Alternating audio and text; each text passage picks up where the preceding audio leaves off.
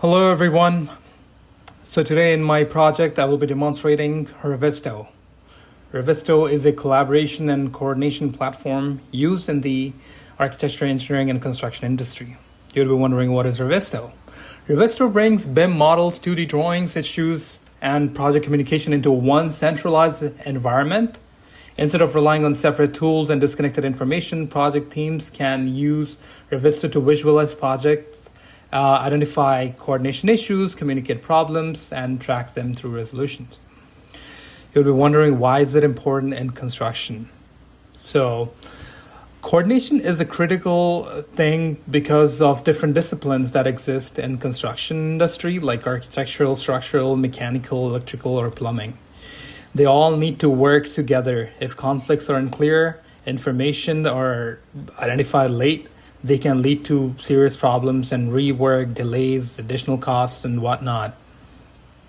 So for today, I'll be demonstrating based on a simple project to show how Revizto can support the construction workflow.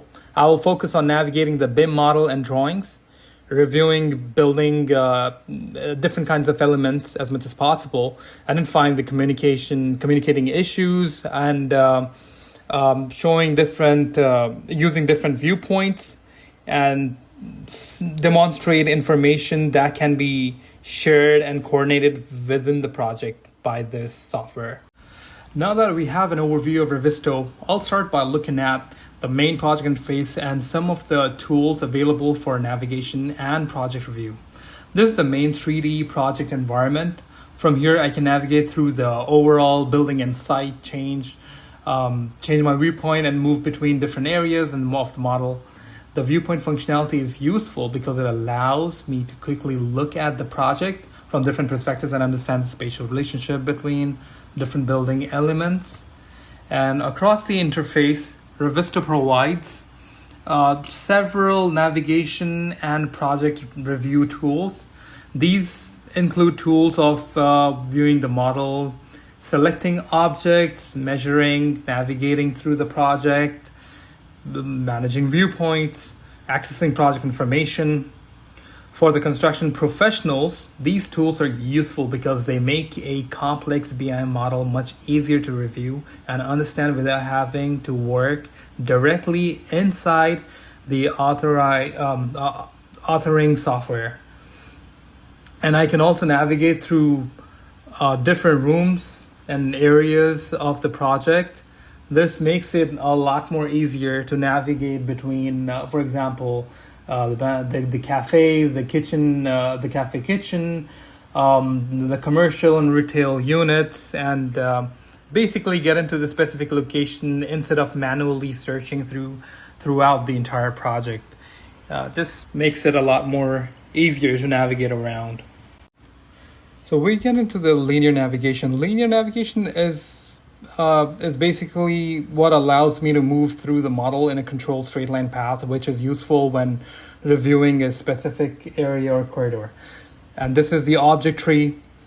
This provides a structured view of the elements contained within the project. Here I can see different categories such as architectural, structural, mechanical, electrical, etc., different model components. This allows me to quickly understand how the project is organized and locate specific building systems. I can also expand these categories and use them to isolate or navigate in a particular to a particular element within the model. In Find Objects, this tool allows you to quickly locate a specific element within the model. Instead of manually searching through the entire building, I can search for an object in Revizto, and it takes me directly to that location. It's easier when you're working with a complex project. Preferences.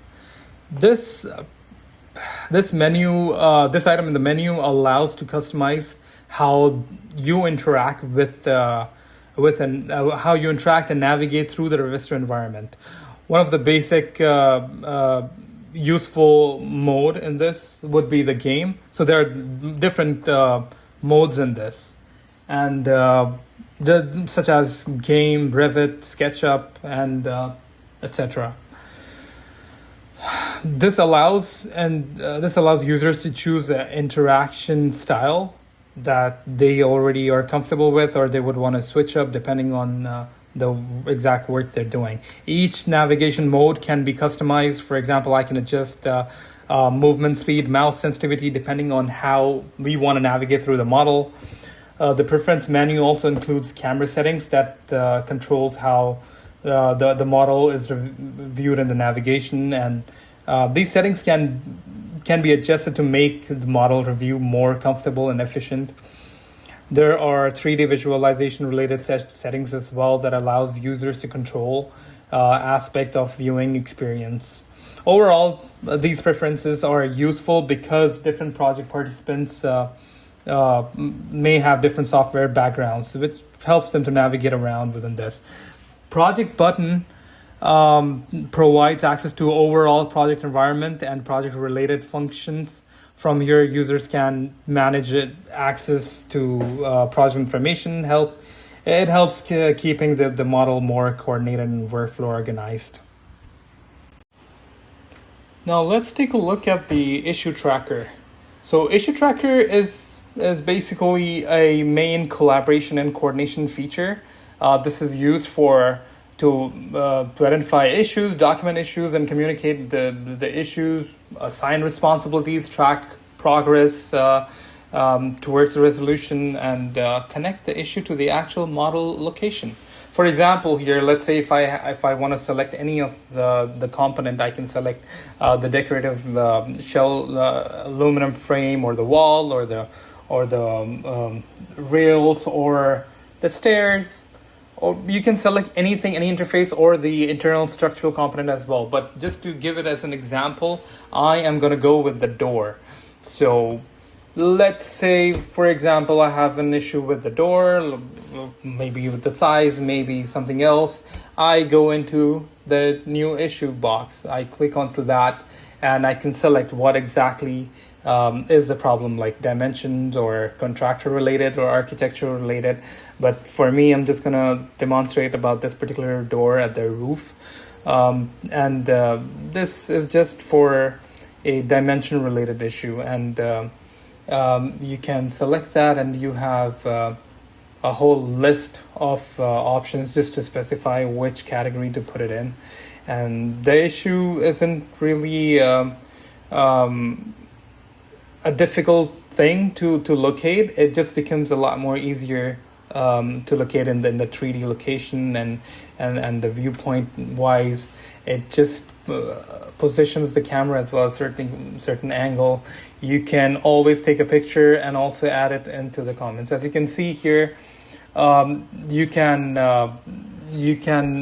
see that the number one denotes to only one particular issue has been found. It's not multiple doors. It's not doors on different levels. It's just that one particular door. That's what it means when you see that number one right there. So pretty much there are a whole bunch of other issues I've attached to it previously while learning into this. And on the side, this is where you select all the little details in regards to the this issue that we have found. You can assign it to anyone, whoever is the right person.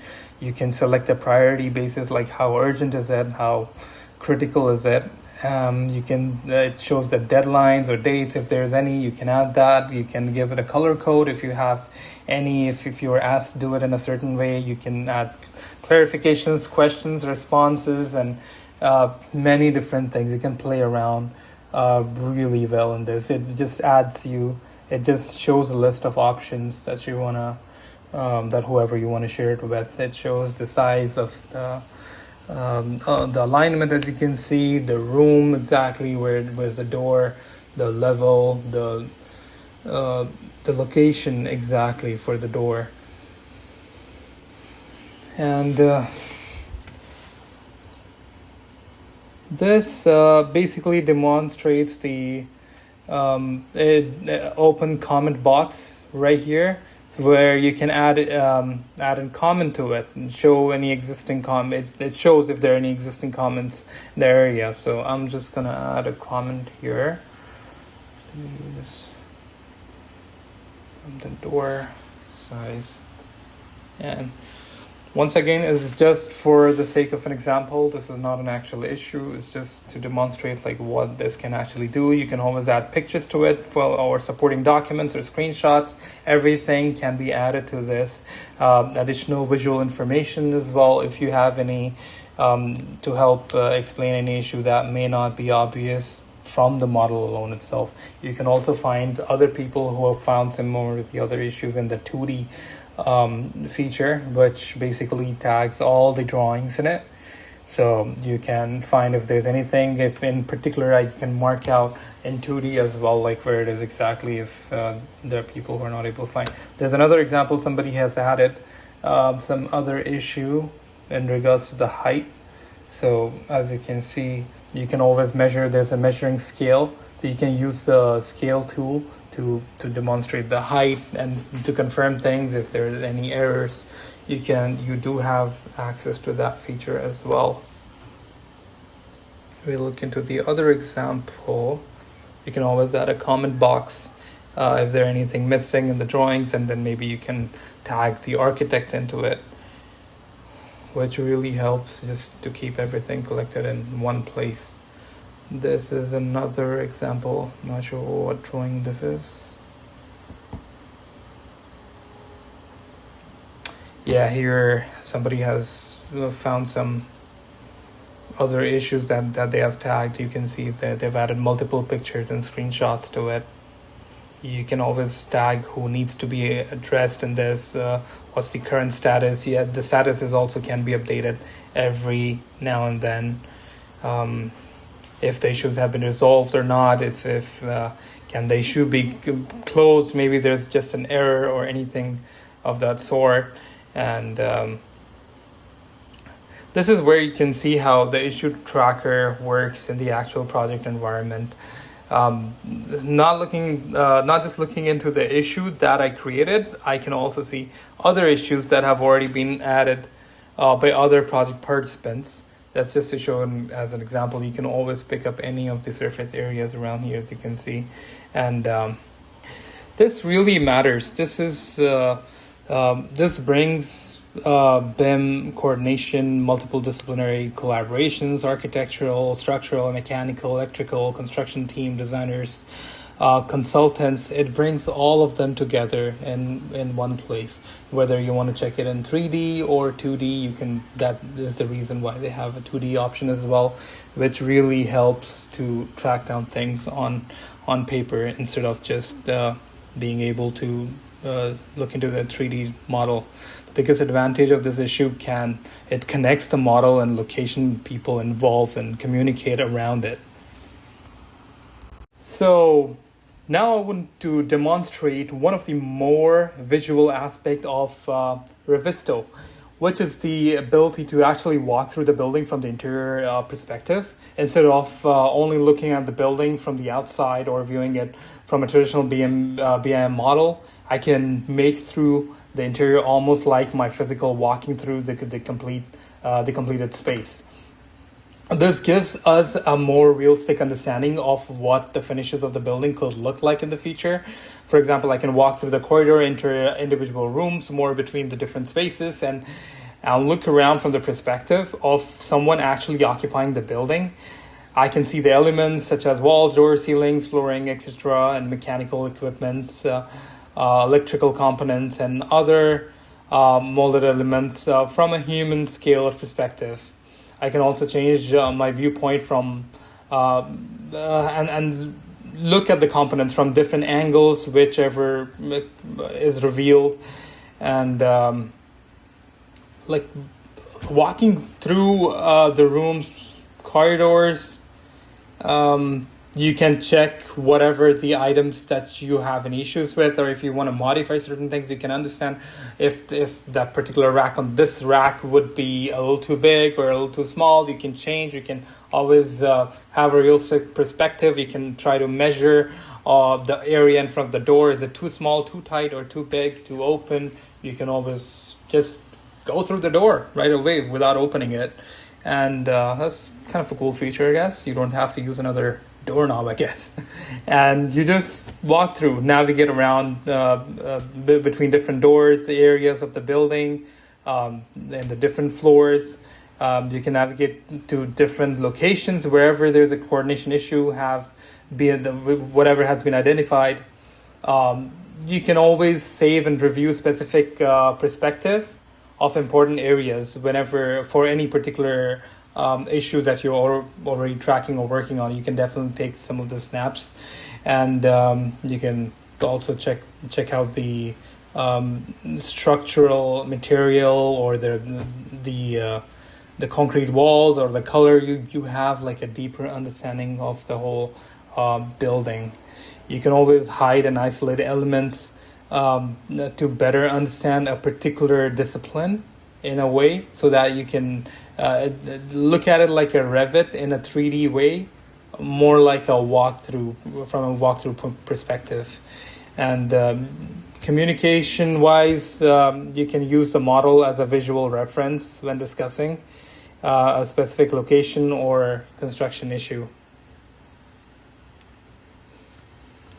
When I was in the kitchen area, you could walk around in there, and we can always understand the perspective. It was tight space. Like when you understand over here, it is a complete different area, as you can see. And this is something I'm trying to use, a scale feature, where you can measure. Oh, I went through all the way through a different floor, I guess.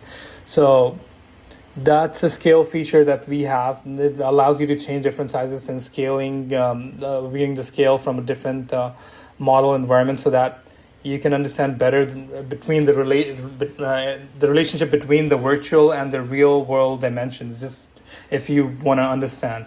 For example, when I'm walking through a room, I can visually understand the height of the walls, the size of the doors, width, corridors, and overall all the portions. But sometimes you really want to get a scale and just physically measure things, so to have a better understanding. You can always adjust the scale in a different way. This is a particular feature called laser feature, and it's pretty cool. So before I finish, let me try to demonstrate the 2D environment a little bit in Revizto. So the 2D tab provides access to the project's drawing and documentation environment. Instead of only working on the 3D model, you can review the 2D drawings directly within Revizto itself, which is super convenient. These drawings are included of architectural structure and pretty much everything else. One of the important advantages in 2D drawing is that 3D models part of the project environment, or the same project family, I would say.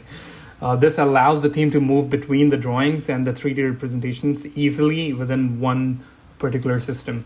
For example, like if I'm looking at a first floor plan, but to have a better understanding and an actual spatial condition, I can use the correspondence to the 3D model and visualization in that exact location, which really helps. It's amazing. You can navigate through all the different floors in the drawings. Everything is really organized. You can do the same way within the 3D model as well. You can have different levels, different rooms.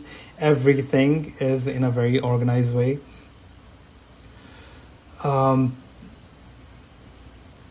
This is the other kind of view you can have.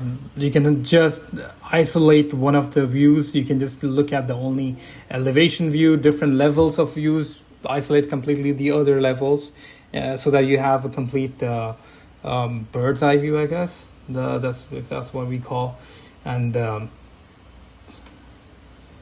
this makes the condition more organized, especially when reviewing any specific area and communicating an issue to another member of the project team.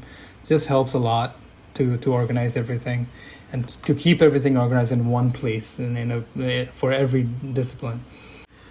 If I try to demonstrate a different thing about Revizto, you can always hover around, you can browse around and go behind it and stay in the front and basically just make yourself feel like a drone and fly around more like. And this is a really interesting capability of Revizto. You can select any individual object or the model just like this, and if you select the wall, it provides you all the information associated to it. And if you select a balcony rails or anything, it gives you some deeper information about whatever particularly you select, depending on whatever the information is available in the imported model. I can see all the properties such as the element, category, types, dimensions, level, material. You can probably do a lot more with this, but this is what so far I've been able to pull out. And for example, you can select this, just lag in a little bit, and you just hover around a little bit for a few seconds, and yes, you can see that it's just a slab edge that's extending out of the property, the building line. You can select the stairs in a certain way and review the associate model and the information about the stairs and pretty much everything else, whatever is associated to it. And this is how the 3D model looks like. Teams can understand the building spatially rather than relying on a traditional 2D drawing. But it's another important capability of connecting between 2D documentation and 3D model is that it gives teams to a multiple way perspective to understand how to communicate for one project with different information and different types of information. It just helps with the issue management, which allows project teams to identify, assign, discuss, and track coordination issues throughout the project. And there are many other things like clash and coordination review, model information, and collaborations. You can collaborate different project participants and use a shared visual environment to discuss the same location, object, or issue. From technical construction manager's perspective, the biggest value of Revizto is that it helps connecting three things: the model, the drawing, and the people working on the project.